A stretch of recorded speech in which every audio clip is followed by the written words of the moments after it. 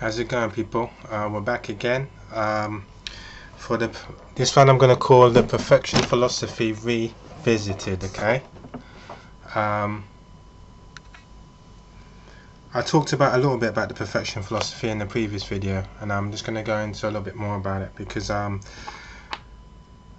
remember when I was on a site called Zorpia, and this woman came through after reading the Profection Philosophy, and she said, you know, thank you, I'm glad that I found your page and what you'd written.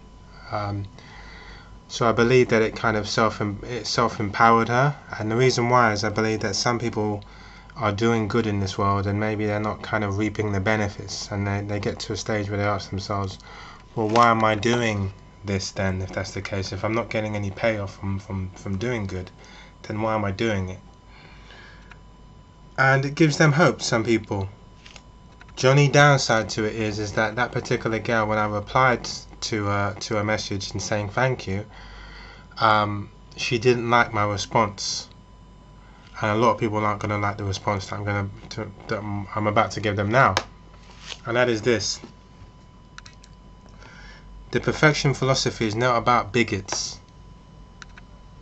It's not about walking around thinking that you're something special.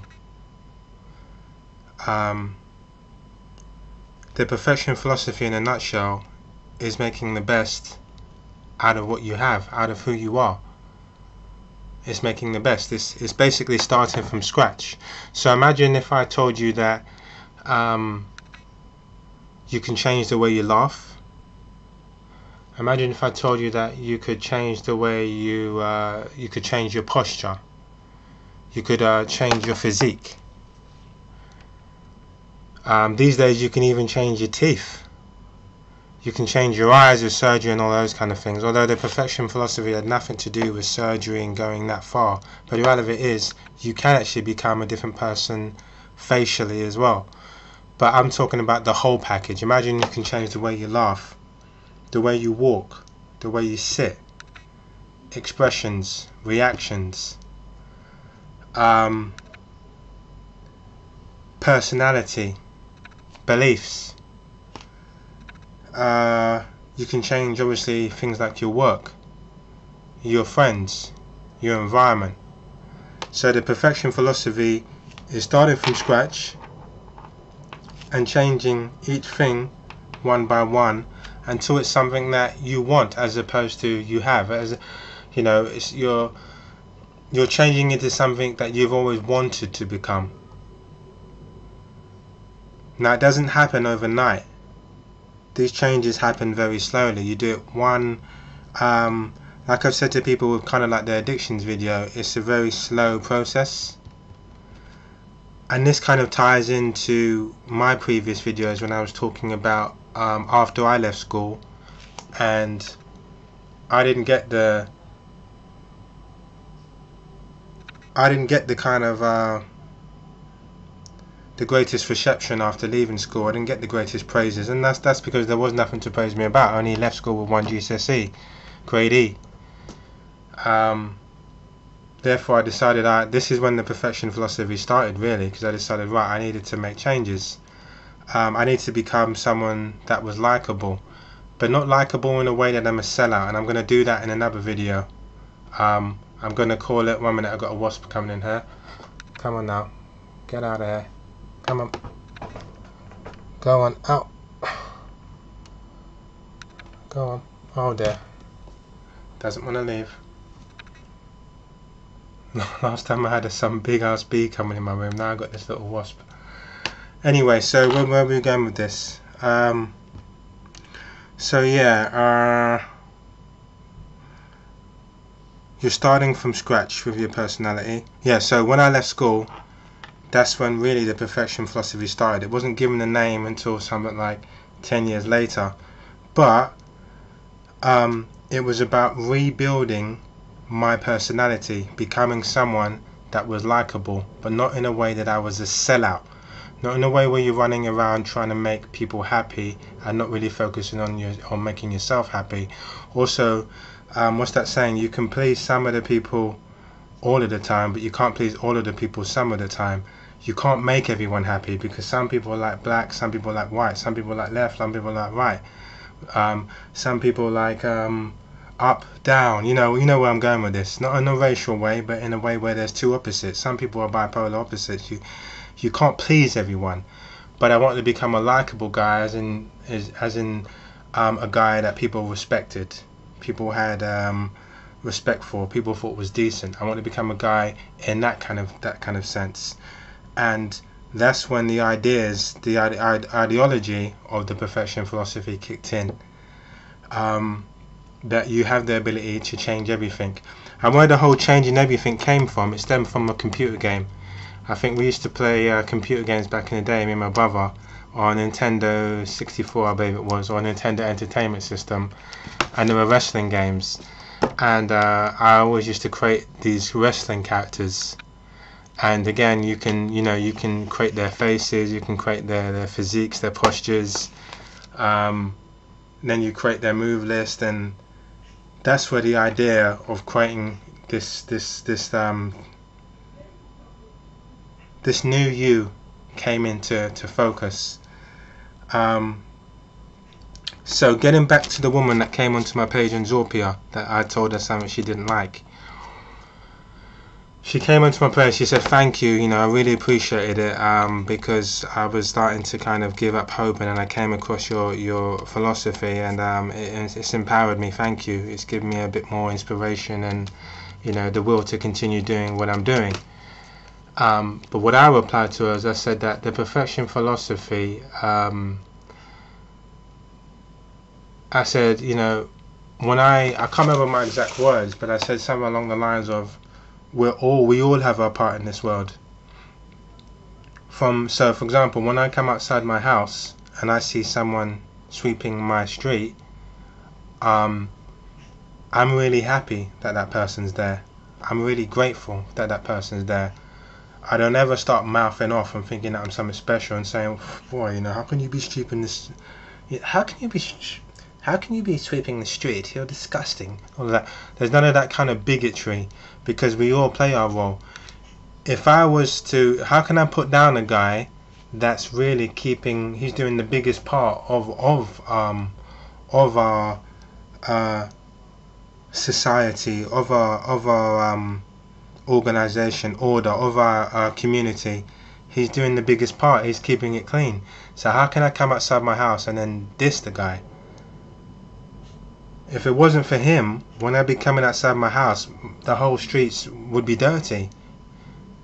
So it's about being grateful and not being rude and disrespectful. That's what I was trying to tell her. I said, how can I put down the people that work in McDonald's? Because if it wasn't for them, there would be no McDonald's. How can I put them down and say, how can you work in McDonald's, but at the same time I'm in there buying food from McDonald's? Where's the logic in it?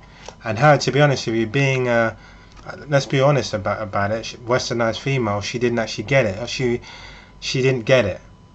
She didn't quite put one on one together. She was one of those snobs, most likely anyway, that would look down on people. We all have our place in society, therefore I look down on no one. If it wasn't for people down in the sewers, we wouldn't have a sewage system. Someone has to jump down there and clean it. So I can't say to that person, I would never be his friend or her friend. I'd never have them round for tea or whatever. I'd never speak to them, because if they don't do it, then who else is going to do it? Someone has to do it. Perfection philosophy is about respecting everyone. We all have a role to play, and we do what we do. We're just trying to find the best in ourselves. So, like I said, you can create whoever you wanted to create. You can change the way you laugh. Many things that you can do. You can create the perfect you. The only downside to it is that there's only a certain amount of changes that we have in our lives. As we come into this world, I think they say up until the age of 3 there's a change, and then it's like 3 to 7 there's another change after that. Then there's your naughty teens or grumpy teens, whatever you call it, early teens. So say from about 12 upwards we change again. Then we change roughly about 18, 19. And then we will change in our maybe early 20s, maybe. And then the last change will be mid 20s up until late 20s. and who we are from that point in time is most likely who we'll be for the rest of our lives. When I look back to my friends that at 14 years old, they're greater extensions of their previous selves, but they haven't changed that much. It's still the same personality, which isn't a bad thing. I'm not putting them down here. I'm not degrading them. They haven't changed that much. I suppose they never needed to change that much. They're happy with who they are, what they're contributing to society. They don't need to change. But if you're someone out there that does need to change, then all I'm saying to you is that time is clicking, or ticking, shall I say.